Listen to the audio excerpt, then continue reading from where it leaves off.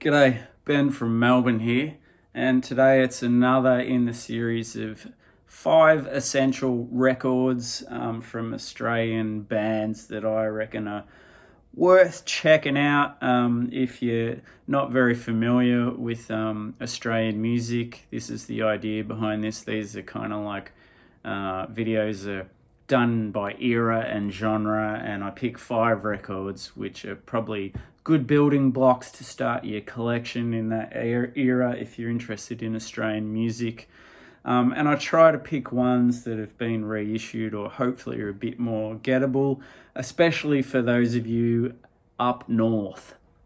Anyway, this one's probably a bit different because I'm guessing a lot of our international viewers might be familiar with, but I thought I can't do these essential videos without mentioning these bands as well, because they're important Australian bands. And these are the bands in the 80s, which, I don't know what I'll call this video yet. The ones that kind of busted out, had hit singles over here, and sort of made a little bit of headway in the Northern Hemisphere as well, especially in America on college radio. So there might be some familiar stuff in here.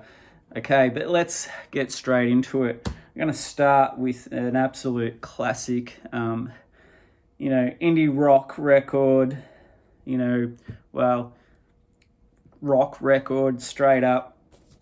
The Sunnyboys with their debut record. If you get one Sunnyboys record, this is the one you want.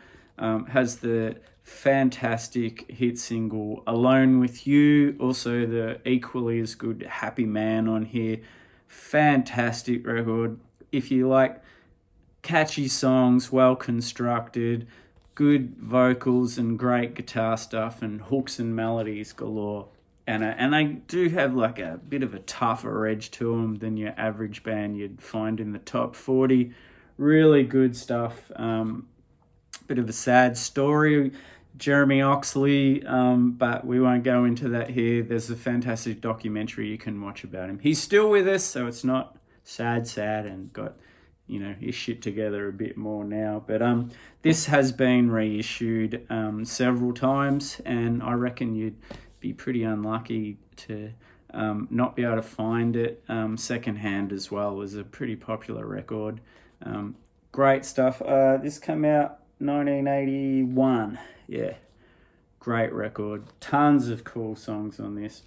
The Sunnyboys. Next up, one of the great all-time Australian songwriters, still making great music today.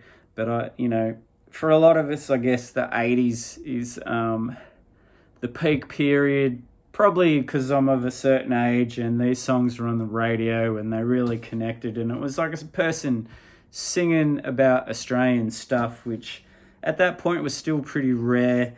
Everyone was singing things about America and Europe and that, even Australian bands. And the great Paul Kelly singing about the Australian experience with his own fantastic perspective, kind of unfairly being given the, Australia's Bob Dylan, different kettle of fish, more direct, great lyricist, different kind of thing he's going for.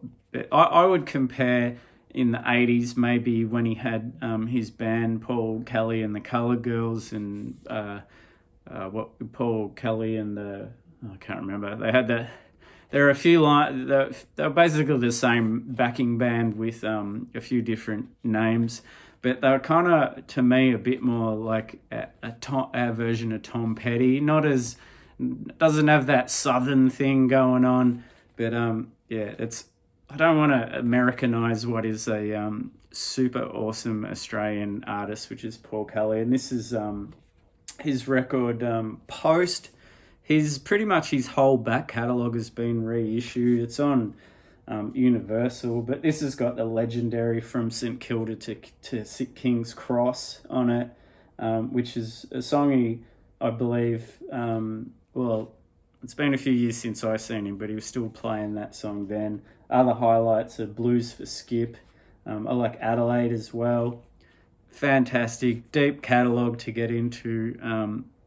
I'd probably start with the 80s if you wanted to check him out. Brilliant artist. Next up, a band that were possibly a bit like the Birthday Party in their early beginnings. I think that Mark Seymour was even a roadie for the Birthday Party for a time. But they become hit makers, and that, of course, is the mighty Hunters and Collectors. And this was their breakout record, Human Frailty. Had the hit song Say Goodbye. Tough, muscular, rhythmic sounding band but this is the one where, things got pared down, more concise songs, more direct choruses.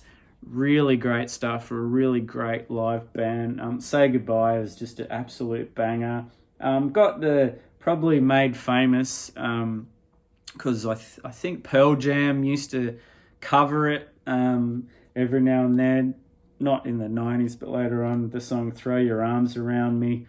But yeah, it's got Stuck on You, which is the cover of the Sardine V band, which was Ian Ryland. Is There Anybody in There?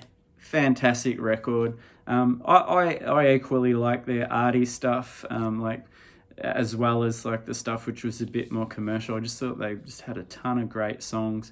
This is probably the point in the middle where it's kind of got a bit of both going on in there. Yeah, brilliant band. Another great.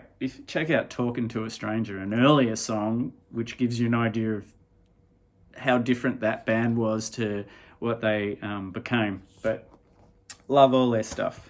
Hunters and Collectors. Now, the Americans will definitely know this band. The Hoodoo Gurus. This is their debut. Stone Age Romeos. It's got the awesome Brad Shepard, who played guitar in the Hitmen, and before that, the awesome punk band, the Fun Things. Dave Faulkner, the front man, of course, in the Victims, who also featured the drumming of the late, great James Baker, who was in every band that was important in the late 70s and early 80s. He played in the Victims, the Gurus, Be Suburban, Dubrovniks, Scientists, you name it. He was where it was at.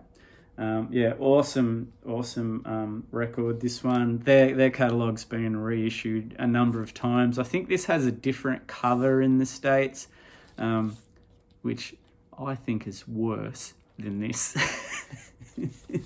But this has got, I like their first 5 records are just fantastic in my opinion, but I have a soft spot for this one because this has got I Want You Back, which I think might have been one of the earliest things I ever heard of